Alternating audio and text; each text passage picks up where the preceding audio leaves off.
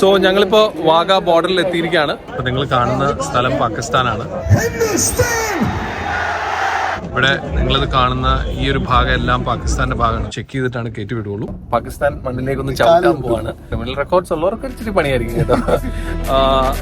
ഇതായിരുന്നു ഞങ്ങളുടെ ഒരു ഡെസ്റ്റിനേഷൻ, വാഗ ബോർഡറിൽ വരാൻ. ഈ വാഗ ബോർഡറിൽ വരെയും ബീറ്റിംഗ് ദ റിട്രീറ്റ് എന്ന് പറയുന്ന സെർമണിയാണ് ഇവിടെ നടക്കുന്നത്. ഇന്നിപ്പം പല ദിവസവും പല സമയത്താണ്, സൺസെറ്റിന്റെ ആ സമയമൊക്കെ നോക്കിയിട്ടാണ് ആ ഒരു സെർമണി നടക്കുന്നത്. എന്താണെങ്കിലും ആ സെർമണി ഇപ്പോൾ ഇവിടെ നടക്കാൻ പോകുന്നത് 4:15 ടൈം പറഞ്ഞിരിക്കുന്നത്.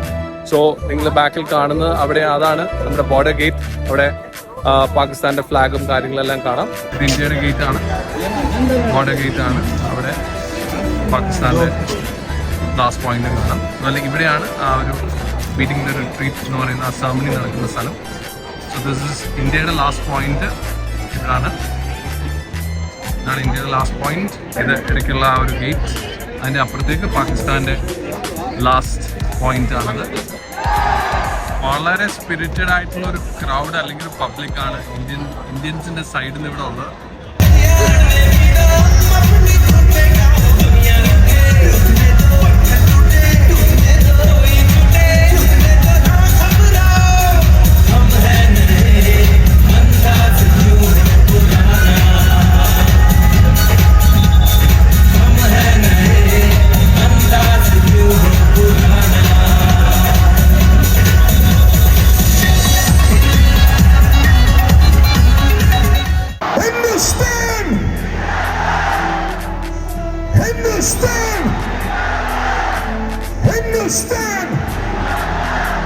Zindabad, Zindabad.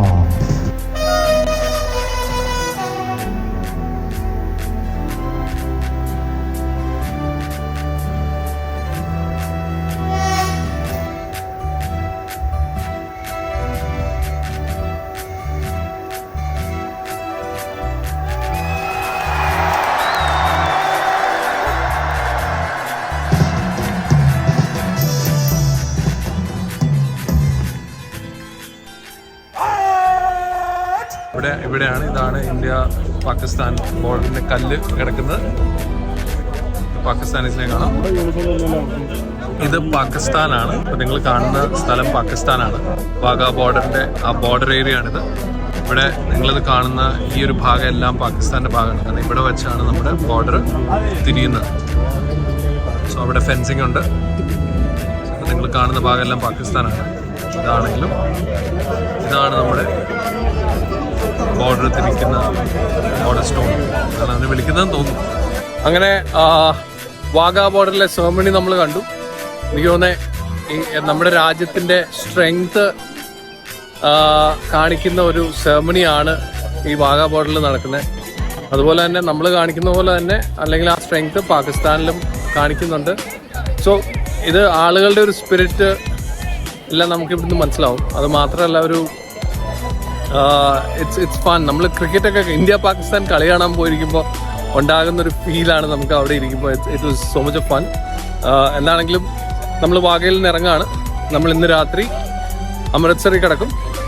അമൃത്സറിൽ നിന്നുള്ള ഒരു 20-25 കിലോമീറ്റേഴ്സ് എങ്ങോട്ടേ ഉള്ളൂ. എനിവേസ് ഭയങ്കര നല്ലൊരു എക്സ്പീരിയൻസ് ആയിരുന്നു. എല്ലാവരും വന്ന് ഈ ഒരു എക്സ്പീരിയൻസ് കാണണം. കാരണം ഇവിടുത്തെ BSF ആണെങ്കിലും വളരെ നന്നായിട്ടാണ് എല്ലാവരോടും പെരുമാറുന്നത്. വളരെ ഫ്രണ്ട്ലി ആണ്. So it's A good experience.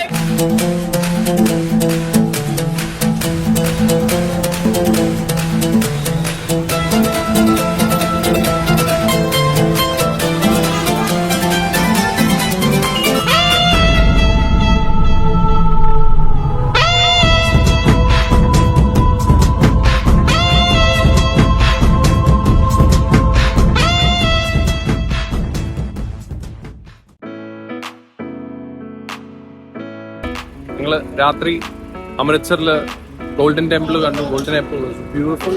നമ്മൾ നാട്ടിൽ കാണാത്ത ഒരു സാധനം കാണിച്ചു തരാം. നമ്മൾ സാധാരണ ട്രാക്ടർ നില ഉഴുകാൻ വേണ്ടി മാത്രമാണ് ഉപയോഗിക്കുന്നത്. ഇവിടെ നില ഉഴുകാൻ വേണ്ടി മാത്രമല്ല, ഇവിടെ വളയിടാൻ വരെ വിത്തിടാനും വളയിടാനും എല്ലാം. അതൊന്ന് കാണിച്ചു തരാം. ഇതാണ് ട്രാക്ടറിന്റെ ബാക്ക് സൈഡ്. ട്രാക്ടർ നോർമൽ നമ്മളെ ഉഴുകാനൊക്കെ ഉപയോഗിക്കുന്ന ട്രാക്ടർ. പക്ഷെ ഇത് ഉഴുതിട്ട് വളം ഈ പൈപ്പിലൂടെ ഇറങ്ങി. ഇതിന്റെ മുകളില് നമ്മൾ വളം ഇട്ട് കൊടുക്കും. വളവും അപ്പൊ വിത്തും ഒക്കെ ഇതിൽ കൂടെ ആണ്. അവര് കാണിച്ചു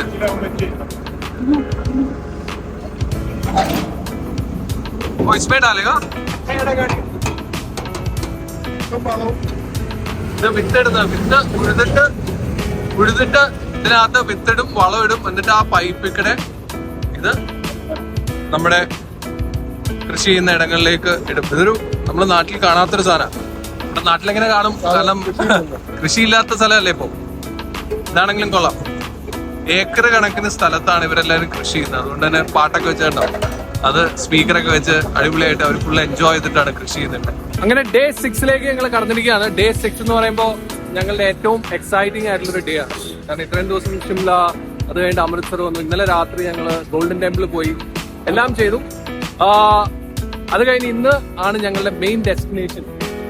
പാകിസ്ഥാനിൽ ഞങ്ങൾ കാല് ചവിട്ടാൻ പോവാണ്. കേരള ടു പാകിസ്ഥാൻ ഞങ്ങൾ പോവുകയാണ്. കർത്താർപൂർ കൊറിഡോറിലേക്ക് ഞങ്ങൾ വഴി അവിടെ കർത്താർപൂർ സാഹിബ് ഗുരുദ്വാരയിലേക്ക്, ലോകത്തിലെ ഏറ്റവും വലിയ ഗുരുദ്വാരയാണ്. അതുപോലെ സിഖ് മതം സ്ഥാപിച്ച ഗുരുനാനക്കിന്റെ അവസാനത്തെ സമാധിയുള്ള സ്ഥലം. ഞങ്ങളിപ്പോ അവിടെ പോവാണ്. അപ്പൊ ഞങ്ങൾ അങ്ങോട്ട് പോകാനാണ് ഈ ട്രിപ്പ് ഹോൾ പ്ലാൻ ചെയ്തത്. അപ്പൊ അങ്ങോട്ട് മാത്രമായിട്ട് പോകണ്ടല്ലോ, ഒരു കുറച്ച് തണുപ്പും കാര്യങ്ങളൊക്കെ കിട്ടത്തേന്ന് പറഞ്ഞ് ഞങ്ങൾ ഷിംല പിടിച്ചാണ്. അതിന്റെ കൂടെ അമൃത്സർ പോയി. കാരണം അമൃത്സറിൽ നിന്ന് ഒരു 1.5 മണിക്കൂറേ ഉള്ളൂ. അപ്പം ഇങ്ങോട്ട് പോകുന്ന പാകിസ്ഥാൻ കോറിഡോറിലേക്ക് പോകുമ്പോ അല്ലെങ്കിൽ എന്തൊക്കെ കാര്യങ്ങൾ നിങ്ങൾ ശ്രദ്ധിക്കണം, അല്ലെങ്കിൽ എന്തൊക്കെ പ്രൊസീജിയർ ആണോ ഉള്ളതെന്നൊക്കെ എല്ലാം ചെയ്ത ആള് ഈ നിൽക്കുന്നു. ഫുൾ ട്രിപ്പ് ജിമ്മയിലാണ് പ്ലാൻ ചെയ്ത്. അപ്പം അതിന്റെ ഫുൾ ഡീറ്റെയിൽസ് എന്തൊക്കെ ചെയ്യണം, അല്ലെങ്കിൽ എന്തൊക്കെ ഒരുക്കങ്ങളാണ് വേണ്ടത്. കാരണം ഇങ്ങോട്ട് വരുമ്പോൾ ഒരുപാട് പ്രൊസീജിയേഴ്സ് ഉണ്ട്. ഇത് നമ്മളെ ഒരുപാട് തവണ ക്രൈംബ്രാഞ്ചിൽ നിന്നും അതുപോലെ ഹോം മിനിസ്ട്രിയിൽ നിന്നും എല്ലാം വിളിച്ചു. അപ്പൊ അതിന്റെ ഡീറ്റെയിൽസ് എല്ലാം ജിമ്മയുടെ പതുക്കെ പറഞ്ഞു പോകുന്ന വഴിക്ക് പറഞ്ഞു. അപ്പൊ ഞങ്ങളുടെ കർത്താർപൂരിലേക്കുള്ള യാത്ര കണ്ടിന്യൂ ചെയ്യുന്നു. ഞങ്ങൾക്ക് ഇനിയും ഒരു 40-45 മിനിറ്റ്സിൽ ഞങ്ങൾ കർത്താർപൂർ എത്തും. അന്നേരം ഒരു ചെറിയ പണി കിട്ടി. അന്നേരം ഞങ്ങളുടെ ടയറൊന്ന് പഞ്ചറായി. ഞാൻ പറഞ്ഞ പോലെ 19 വീൽസ് ഒക്കെയാണ്, പക്ഷെ ടയറിൽ ഒരു ചെറിയ ആണി കൊണ്ട് ഞങ്ങൾ അഴിക്കാനായിട്ടുള്ള പരിപാടിയിലാണ്. അഴിച്ചു. ഇന്നലെ ഞങ്ങൾ പോയ വഴി ഭയങ്കര ചെറിയ വഴിയും ദുർഘടം പിടിച്ച വഴിയായിരുന്നു. അതുകൊണ്ട് തന്നെ ഇച്ചിരി പണിയായിരുന്നു. എന്താണെങ്കിലും ഇതാണ് പെട്ട ആണി. എന്താണെങ്കിലും അത് പഞ്ചറൊട്ടിച്ചു. അപ്പൊ ടയർ പഞ്ചറൊട്ടിച്ചു. ഞങ്ങൾ യാത്ര തുടരുകയാണ്. ഇന്നലെ രാത്രി ഞങ്ങള് ഗോൾഡൻ ടെമ്പിളിന്റെ അടുത്ത് തന്നെയാണ് താമസിച്ചത്. വൺ എർത്ത് എന്ന് പറയുന്ന സ്ഥലം ഗോൾഡൻ ടെമ്പിളിന്റെ ഗേറ്റിന്റെ തൊട്ടടുത്ത്. അപ്പോ അവിടെ താമസിച്ചുകൊണ്ട് തന്നെ ഗോൾഡൻ ടെമ്പിളിലേക്ക് രാത്രി ഞങ്ങൾക്ക് പോകാൻ പറ്റി. രാത്രി ഭയങ്കര ഭംഗിയാണ്. അവിടെ ലൈറ്റും കാര്യങ്ങളും എല്ലാം വെച്ച് ഗോൾഡൻ ടെമ്പിളിന് ഒരു പ്രത്യേക ഒരു ഭംഗി രാത്രിയിലുണ്ടെന്ന് എനിക്ക് തോന്നുന്നു. എന്നാണെങ്കിൽ രാവിലെ പോയി ലങ്കാറൊക്കെ കഴിച്ചിട്ടാണ് ജിമ്മി സാർ വന്നത്. ഞങ്ങൾ എണീറ്റില്ല. എന്താണെങ്കിലും ഞങ്ങളുടെ യാത്ര ഇവിടെ തുടരുന്നു. പക്ഷെ ഈ ഗോൾഡൻ ടെമ്പിളിലേക്ക് പോകുന്ന വഴി ഭയങ്കര ചെറുതാണ്. ഗലി എന്നൊക്കെ പറയാൻ പറ്റുന്ന പോലെ ഭയങ്കര ചെറിയൊരു വഴിയാണ്. അതുകൊണ്ട് തന്നെ നമ്മുടെ ഗ്ലോസ്റ്റർ അതിലെ പോകാൻ ബുദ്ധിമുട്ടുമെന്ന് വിചാരിച്ചു. പക്ഷെ അമേസിംഗ്ലി അതിങ്ങനെ ചെറുതായിട്ടാണെങ്കിലും നല്ല ടേണിങ് റേഡിയസും കാര്യങ്ങളും ഉള്ള ഇത്രയും വലിയൊരു വണ്ടി അത്രയും ചെറിയ വഴിയിലൂടെ പോകാന്ന് പറഞ്ഞാൽ എനിക്ക് രാത്രി ഇറങ്ങി കുറച്ച് ഷോട്ട്സ് എടുക്കാൻ പറ്റി. ആ ഷോട്ട്സാണ് ഇപ്പോൾ നിങ്ങൾ കണ്ടുകൊണ്ടിരിക്കുന്നത്. ഭയങ്കര തിരക്കാണ്. ആളുകൾക്കൊന്നും ബോധേഡല്ല. അവർ സൈക്കിളും റിക്ഷയും കാറും സ്കൂട്ടറും എല്ലാം കൂടെ കൂടിയിട്ട് ഒരു ബഹളമായിരുന്നു. പക്ഷേ ഗ്ലോസ്റ്റർ ഒരു ബുദ്ധിമുട്ടും ഉണ്ടാക്കാതെ വളരെ ഈസി ആയിട്ട് നമുക്ക് മാനുവർ ചെയ്യാൻ പോകാൻ പറ്റി. ഞാൻ പറഞ്ഞ പോലെ ഭയങ്കര ലൈറ്റ് ആയതുകൊണ്ട് തന്നെ സുഖമായിട്ട് പോയി. അപ്പം ഹൈവേ മാത്രമല്ല, ഈവൻ കേർബ്സ് മാത്രമല്ല, വളവും തിരിവുള്ള വഴികൾ മാത്രമല്ല, കുഞ്ഞു വഴിയിലൂടെ ഈ വലിയ ജയന്റ് സുഖമായിട്ട് പോകുമെന്ന് തെളിയിച്ചിരിക്കുകയാണ്. ആക്ച്വലി പങ്ക്ചർ ഉണ്ടെന്ന് അറിഞ്ഞ് നമ്മുടെ TPMS നോക്കിയപ്പോഴാണ്. TPMS ഉള്ളതുകൊണ്ട് കൃത്യമായിട്ട് കുറച്ച് എയർ കുറഞ്ഞത് നമ്മൾ കൃത്യമായിട്ട് അറിഞ്ഞു. അതുകൊണ്ട് തന്നെയാണ് റിങ്ക് ഓടിച്ചോണ്ടിരുന്നത്. TPMS അത് തെളിഞ്ഞപ്പോൾ അറിഞ്ഞത്. നമ്മളൊരു പമ്പിങ് കയറ്റി നോക്കിയപ്പോൾ എയർ കുറവുണ്ട്. തൊട്ടടുത്ത് തന്നെ ടയർ മാറാനും സ്ഥലം ഉണ്ടായിരുന്നു. എന്തായാലും പരിപാടിയൊക്കെ കഴിഞ്ഞു. എനിക്ക് തോന്നുന്നൊരു ഹാർഡ്ലി 15 മിനിറ്റ്സ് എടുത്താണ്. കർത്താർപൂരിലേക്ക് ഇനിയും ഒരു ഏകദേശം 20 കിലോമീറ്റർ മാത്രമേ ഉള്ളൂ. 20 കിലോമീറ്ററിൽ നമ്മൾ കോറിഡോർ എത്തും. അത് കഴിഞ്ഞിട്ടുള്ള അവിടെ ചെന്നിട്ടുള്ള കാര്യങ്ങളൊന്നും ഇപ്പം അറിയില്ല. പക്ഷെ അങ്ങോട്ട് എത്താനായിട്ട് എന്തൊക്കെയായിരുന്നു പ്രൊസീജിയർ എന്നുള്ളത് പറയാമെന്ന് ഞാൻ പറഞ്ഞിരുന്നല്ലോ. അപ്പം ഒരുപാട് പ്രൊസീജിയർ എല്ലാം ജിമ്മിച്ചാനാണ് ചെയ്തത്.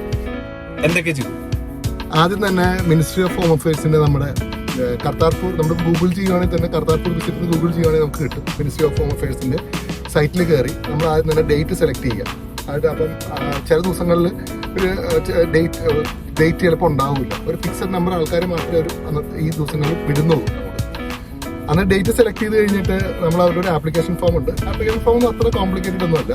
കുറച്ച് നമ്മുടെ ഡീറ്റെയിൽസ്, നമ്മുടെ വീടിൻ്റെ അടുത്തുള്ള പോലീസ് സ്റ്റേഷൻ ഏതാണ്, നമ്മുടെ അടുത്ത് എന്തെങ്കിലും ക്രിമിനൽ റെക്കോർഡ്സ് ഉണ്ടോ, നമ്മൾ പാകിസ്ഥാനിൽ വിസിറ്റ് ചെയ്തിട്ടുണ്ടോ, ഇങ്ങനത്തെ കാര്യങ്ങളൊക്കെ ചോദിക്കും. അത് കഴിഞ്ഞിട്ട് നമ്മൾക്ക് പാസ്പോർട്ടും കൊടുക്കണം. അതിൻ്റെ കൂടെ തന്നെ നമുക്ക് നമ്മുടെ ഫോട്ടോയും അപ്ലോഡ് ചെയ്യണം. ഈ ഫോട്ടോ അപ്ലോഡ് ചെയ്ത് കഴിയുമ്പോഴേക്കും മിനിസ്ട്രി ഓഫ് ഹോം അഫയേഴ്സിൻ്റെ സൈറ്റിലേക്ക് പോകാം. എന്നിട്ട് അവിടുന്ന് പിന്നെ പല എൻക്വയറീസ് ഉണ്ടായിരുന്നു. ആദ്യം തന്നെ മിനിസ്ട്രി ഓഫ് ഹോം അഫയേഴ്സിൽ നിന്ന് വന്ന് എൻക്വയറി നടത്തി.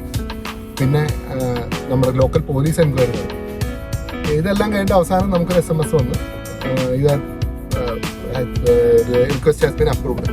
അതെനിക്ക് മനസ്സിലാക്കി കഴിഞ്ഞത് നമ്മൾ ഈ ഡീറ്റെയിൽസ് എല്ലാം പാകിസ്ഥാനിൽ കൈമാറിയിട്ട് പാകിസ്ഥാനിൽ നിന്നാണ് ആ ഫൈനൽ സാങ്ഷൻ വന്നത്. അപ്പോൾ അത് കഴിഞ്ഞിട്ട് നമുക്കൊരു ETA എന്ന് പറഞ്ഞ ഫോം ഉണ്ട്. ആ ഫോം നമ്മൾ ഡൗൺലോഡ് ചെയ്ത് പ്രിന്റ് ചെയ്ത് ഇപ്പോൾ കൈ വെച്ചിട്ടുണ്ട്. ഇത്രയാണിപ്പോൾ നമ്മൾ ചെയ്തിരിക്കുന്നത്. ബാക്കി അവിടെ ചെന്നിട്ട് സോ ബേസിക്കലി ഇതിന്റെ അപ്ലൈ ചെയ്യുന്ന പ്രോസസ് ആണ് ഇപ്പൊ ജിമ്മയിലും പറഞ്ഞത്. ഇത് അത്ര വലിയൊരു കോംപ്ലിക്കേറ്റഡ് പരിപാടി ഒന്നുമില്ല. പക്ഷെ അതിനുവേണ്ടി കുറച്ച് എഫേർട്ടും സമയമൊക്കെ കളയണം. അതാണ് ജിംജാനിപ്പോ ചെയ്തത്. എന്താണെങ്കിലും ഇത് നമ്മൾ വെബ്സൈറ്റിൽ പോയി വെബ്സൈറ്റിൽ നമ്മുടെ ഡീറ്റെയിൽസ് അപ്ലോഡ് ചെയ്ത് കൊടുക്കുക. പാസ്പോർട്ട് ഡീറ്റെയിൽസ്, ഫോട്ടോസും അങ്ങനെയുള്ള കാര്യങ്ങളെല്ലാം അപ്ലോഡ് ചെയ്യുക. അത് അവരൊരു എൻക്വയറിക്ക് വിടും. നമ്മുടെ വീട്ടിൽ ഞങ്ങൾക്ക് ഒരുപാട് തവണ പോലീസ് സ്റ്റേഷനിൽ നിന്നെല്ലാം കോൾ വന്നിട്ടുണ്ട്. അതായിരുന്നു ഞങ്ങളെല്ലാവരും ഒന്ന് ടെൻഷൻ അടിപ്പിച്ചൊരു കാര്യം. ഒരുപാട് കോൾസ് വന്നു. എനിക്ക് തോന്നുന്നു ഞങ്ങൾക്ക് എല്ലാവർക്കും ഓരോരുത്തർക്കും ഒരു 3-4 തവണ എങ്കിലും കോൾ വന്നിട്ടുണ്ട്. അതുപോലെ വേറെ എൻക്വയറിയും കാര്യങ്ങളെല്ലാം വന്നു. അവർക്ക് വേറെ ഒന്നും അറിയണ്ട. നിങ്ങൾ ആരും ടെൻഷൻ അടിക്കുന്ന ഒരു കാര്യമില്ല. അവർക്ക് അറിയേണ്ടത് നമ്മൾ പാകിസ്ഥാനിൽ പോയാൽ തിരിച്ച് നമ്മുടെ നാട്ടിലേക്ക് തിരിച്ചു വരുമോ, അത്രയും മാത്രമാണ് അറിഞ്ഞത്. അപ്പോൾ ഞങ്ങൾ തിരിച്ചു ചെന്നിട്ടാണെങ്കിലും അവരൊരു പക്ഷേ വീട്ടിൽ വന്ന് എൻക്വയറി ചെയ്യാൻ സാധ്യതയല്ലേ. തിരിച്ചു വന്നാൽ അവർ ഇന്ത്യൻ സിറ്റിസൺസും പാകിസ്ഥാനിലേക്ക് പോയിട്ട് തിരിച്ചു വരുന്നുണ്ടോ, നമുക്ക് എന്തെങ്കിലും പ്രോബ്ലം ഉണ്ടോ, ഇതാണ് അവർക്ക് മെയിനായിട്ട് അറിയേണ്ടത്. അല്ലാതെ ഒരു വലിയൊരു ടെൻഷൻ ഉണ്ടാക്കേണ്ട ഒരു കാര്യമൊന്നുമില്ല. എല്ലാവരും പറയുന്നത് അയ്യോ പാകിസ്ഥാനിലേക്കാണോ എന്നൊക്കെ ചോദിക്കുന്ന ആളുകളുണ്ട്. പക്ഷെ ഒരു ടെൻഷനും വേണ്ട. അവര് തന്നെ പറയുന്നുണ്ട് നിങ്ങൾക്ക് യാതൊരു രീതിയിലും ടെൻഷൻ അടിക്കണ്ട, ഒരു എൻക്വയറി ഒന്നും അല്ല, ജസ്റ്റ് നമ്മുടെ പ്രൊസീജിയേഴ്സ്, സ്മോൾ പ്രൊസീജിയർ. പക്ഷേ ക്രിമിനൽ റെക്കോർഡ്സ് ഉള്ളവർക്ക് ഇച്ചിരി പണിയായിരിക്കും കേട്ടോ. അപ്പോൾ എന്താണെങ്കിലും ഇതാണ് പ്രൊസീജിയർ. നമ്മൾ ആ വരുന്ന ETA ഫോം അല്ലെങ്കിൽ നമ്മുടെ അപ്രൂവൽ അല്ലെങ്കിൽ നമുക്ക് അങ്ങോട്ട് പോകാൻ അപ്രൂവൽ തരുന്ന ഒരു ലെറ്റർ ഉണ്ട്. നമ്മുടെ ഫോട്ടോ ഒക്കെ വെച്ച് തരുന്ന ഒരു ലെറ്റർ ഉണ്ട്. അതിന്റെ പ്രിന്റ് ഔട്ട് എടുത്ത് നമ്മളെ കയ്യിൽ പിടിക്കുക. പാസ്പോർട്ട് ക്യാരി ചെയ്യുക. കഴിയുമെങ്കിൽ ഒരു ചെറിയ, ഇപ്പം ജിമ്മയിലും പറഞ്ഞ പോലെ എനിക്ക് തോന്നുന്നൊരു $20 എങ്ങാനും കയ്യിൽ കരുതിക്കോളൂ. എങ്ങാനും അവിടുത്തെ ഫീസ് വല്ലതും ഉണ്ടെങ്കിൽ അതിന്റെ കാര്യങ്ങളെല്ലാം അവിടെ ചെന്നിട്ട് നമുക്ക് അറിയാൻ പറ്റുള്ളൂ. എന്താണെങ്കിൽ അതാണ് ഇതിന്റെ കംപ്ലീറ്റ് പ്രോസസ്. സോ കർത്താർപൂരിലേക്ക് നമുക്ക് പോകാൻ പറ്റുന്നത് അല്ലെങ്കിൽ സ്റ്റാർട്ട് ചെയ്തിട്ട് ഒത്തിരി കാലമൊന്നും ആയില്ല. 2019 മുതലാണ് ഇന്ത്യക്കാർക്ക് ആ ഒരു കോറിഡോറിലേക്ക് കയറാനായത്. അത് അന്നത്തെ പ്രൈം മിനിസ്റ്റർ ആയിരുന്നു, പാകിസ്ഥാൻ പ്രൈം മിനിസ്റ്റർ ആയിരുന്നു ഇമ്രാൻഖാനും നമ്മളുടെ പ്രൈം മിനിസ്റ്റർ നരേന്ദ്രമോദിജിയും കൂടെ കൂടിയിട്ടുള്ള ഒരു ബൈലാറ്ററൽ കോർപ്പറേഷൻ. അതിന്റെ ഫലമായിട്ടാണ് ഇപ്പൊ നമുക്ക് പോകുന്നത്. അതിൽ ഏറ്റവും ഇമ്പോർട്ടന്റ് ആയിട്ട് നമുക്ക് സിഖുകാരുടെ ഒരു വളരെ ഹോളി ലാൻഡ് ആണ്. സെക്കൻഡ് മോസ്റ്റ് ഹോളിയസ്റ്റ് പ്ലേസ് ആണത്. അതുകൊണ്ട് സിഖുകാർക്ക് ഒരു ID കാർഡ് കാണിച്ച് അങ്ങോട്ട് പോവാം. നമ്മൾ ബാക്കിയുള്ള ആളുകൾക്കാണ് ഇതൊരു ഈ ഇപ്പൊ പറഞ്ഞ ആ പ്രൊസീജിയർ എല്ലാം വെച്ച് നമുക്ക് പോകേണ്ടത്. എന്താണെങ്കിലും അതുകൊണ്ടാണ് നമുക്കിങ്ങനെ പാകിസ്ഥാൻ മണ്ണിൽ ഒന്ന് ചെല്ലാൻ പറ്റുന്നത്. ആക്ച്വലി ഒരു പാകിസ്ഥാൻ മണ്ണിൽ പോവാന്ന് പറഞ്ഞാൽ അതൊരു ആഗ്രഹമാണ് അല്ലേ? അത് എല്ലാവർക്കും ആഗ്രഹമല്ലേ പാകിസ്ഥാൻ കാണുന്നത്. അതെ. അപ്പൊ ഞങ്ങള് ജസ്റ്റ് ഇന്നലെ വാഗയിൽ വെച്ച് പാകിസ്ഥാൻ ഒന്ന് കണ്ടു. ഇപ്പൊ പാകിസ്ഥാൻ മണ്ണിലേക്ക് ഒന്ന് ചവിട്ടാൻ പോവാണ്. അവിടുന്ന് എന്തെങ്കിലും കഴിക്കും, പാകിസ്ഥാൻ ഫുഡ് കഴിക്കാന്നൊക്കെ വിചാരിക്കണം. ഭയങ്കര ആഗ്രഹങ്ങളാണ്. പെപ്സി കുടിക്കണം, ഭക്ഷണം കഴിക്കണം, പിന്നെ പല ആഗ്രഹങ്ങളുണ്ട്. എന്താണെങ്കിലും നമുക്ക് പോയി നോക്കാം. സോ ഇത് NH 354. ഇതാണ് ശ്രീ കർത്താർപൂർ സാഹിബ് കോറിഡോർ.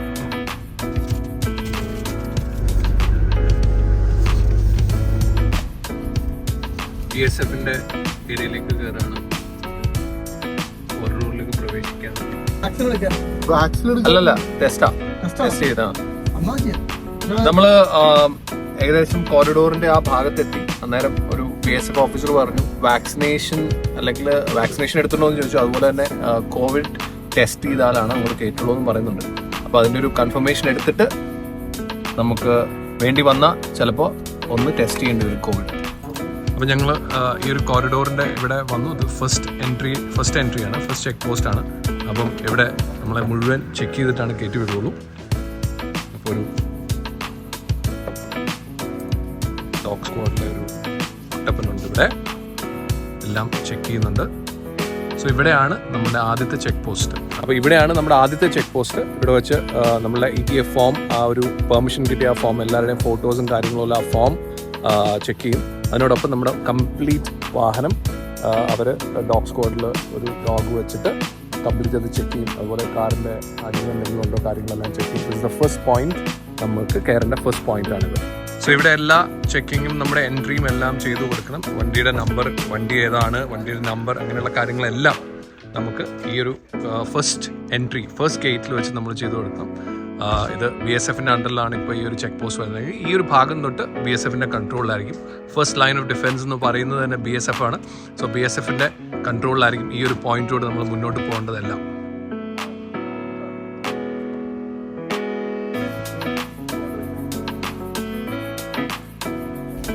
അപ്പോൾ നമ്മളിപ്പോൾ ഇവിടെ ഒരു പാർക്കിംഗ് ബേയിലെത്തി. ഇതാണ് കോറിഡോർ. സോ ഞങ്ങളിവിടെ കയറാനായിട്ട് റെഡിയായി. അന്നേരമാണ് പറഞ്ഞത് നമുക്ക് കോവിഡ് ടെസ്റ്റ് ചെയ്യണമെന്ന്. അപ്പോൾ കോവിഡ് ടെസ്റ്റ് ചെയ്യാനായിട്ട് തൊട്ടടുത്ത് തന്നെ ഒരു 500 മീറ്റർ മാറിക്കഴിഞ്ഞാൽ ഒരു കമ്മ്യൂണിറ്റി ഹെൽത്ത് സെൻ്റർ ഉണ്ട്. അവിടെ നമുക്ക് കോവിഡ് ടെസ്റ്റ് ചെയ്യാം. ടെസ്റ്റ് ചെയ്ത സർട്ടിഫിക്കറ്റ് വരും. കാരണം ഇനിയിപ്പം ആരെങ്കിലും വരികയാണെങ്കിൽ തന്നെ നിങ്ങൾ കോവിഡ് ടെസ്റ്റ് ചെയ്തിട്ട് വരാം. 72 hours കോവിഡ് ടെസ്റ്റ് ചെയ്ത സർട്ടിഫിക്കറ്റ് നമ്മുടെ ഉണ്ടാവണം നമ്മുടെ എൻട്രിക്ക് വേണ്ടി. അപ്പോൾ കോവിഡ് ടെസ്റ്റ് ചെയ്യാനായിട്ട് ഞങ്ങളിവിടെ ഒരു കമ്മ്യൂണിറ്റി ഹെൽത്ത് സെൻ്റർ ഉണ്ട്. ആ ഹെൽത്ത് സെൻ്ററിൽ വന്നിരിക്കുകയാണ്. അപ്പോൾ ഇവിടെ വന്നു കഴിഞ്ഞാൽ അവർ ടെസ്റ്റ് ചെയ്ത് നമുക്ക് സർട്ടിഫിക്കറ്റ് വരും. അപ്പം ഇനിയിപ്പം അല്ലാതെ നിങ്ങൾ വരികയാണെങ്കിൽ കോവിഡ് ടെസ്റ്റ് ചെയ്തിട്ട് വരാൻ ശ്രമിക്കുക. അത് ഇന്ത്യൻ ഗവൺമെൻറ് റൂളല്ല. നമ്മൾ പാകിസ്ഥാനിലേക്ക് കയറുമ്പോൾ അവരുടെ ബസ്സിലാണ് നമ്മളെ ക്രോസ് ചെയ്യിക്കുന്നത്, ബോർഡർ ക്രോസ് ചെയ്യിക്കുന്നത്. അപ്പം അവർ ആ ബസ്സിൽ കയറുമ്പോൾ കോവിഡ് ടെസ്റ്റ് ചെയ്ത സർട്ടിഫിക്കറ്റ് ചോദിക്കും. അതിന് വേണ്ടിയാണ്. അപ്പോൾ 72 hours വാലിഡിറ്റി ഉണ്ടായിരിക്കണം. അതിന് മുമ്പ് നിങ്ങൾ തന്നെ വരുന്ന വഴിക്ക് അല്ലെങ്കിൽ നടന്ന് പോരുമ്പോഴോ എന്താണെങ്കിലും, അല്ലെങ്കിൽ പോകാൻ ഉദ്ദേശിക്കുന്നവർ കോവിഡ് ടെസ്റ്റ് ചെയ്തിട്ട് വന്നാൽ നല്ലത്. ഇല്ലെങ്കിൽ ഇവിടെ തന്നെ ഈ ഹോസ്പിറ്റലിൽ തന്നെ നിങ്ങൾക്ക് ടെസ്റ്റ് ചെയ്യുകയും ചെയ്യും.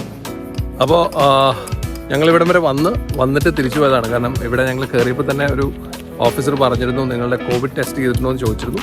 എന്താണെങ്കിലും ഞങ്ങളിപ്പോൾ ഇതിൻ്റെ തൊട്ടടുത്ത് തന്നെ ഒരു ഹോസ്പിറ്റലിൽ പോയി കോവിഡ് ടെസ്റ്റ് ചെയ്തു. കോവിഡ് ടെസ്റ്റ് ചെയ്ത് സർട്ടിഫിക്കറ്റും കാര്യങ്ങളെല്ലാം കിട്ടി. നിങ്ങൾ വരികയാണെങ്കിൽ ഏറ്റവും നല്ലത് നിങ്ങൾ കോവിഡ് ടെസ്റ്റ് അവിടുന്ന് ചെയ്ത് ഒരു 72 hours വാലിഡിറ്റി പക്ഷേ ഉണ്ടായിരിക്കണം. അത് ഇവിടുന്ന് കയറണമെങ്കിൽ അത് വേണം. അപ്പോൾ ഇല്ലെങ്കിൽ നിങ്ങളിവിടെ വന്നിട്ട് എടുത്താലും മതി. അപ്പോൾ കോവിഡ് ടെസ്റ്റ് ചെയ്ത് ഞങ്ങളുടെ അങ്ങോട്ട് പോവാം. സോ ഇതാണ് നമ്മുടെ ETA ഫോം. ETA ഫോം ഇങ്ങനെയാണ് പ്രിൻ്റ് എടുക്കുന്നത്. നമ്മുടെ മൊബൈലിലേക്ക് ഇതിൻ്റെ ലിങ്ക് വരും. ഇതിൻ്റെ പ്രിൻ്റ് എടുത്താൽ മതി. അതുപോലെ തന്നെ ഇത് നമ്മുടെ കോവിഡ് ടെസ്റ്റിൻ്റെ നെഗറ്റീവ് സർട്ടിഫിക്കറ്റ് ആണ്.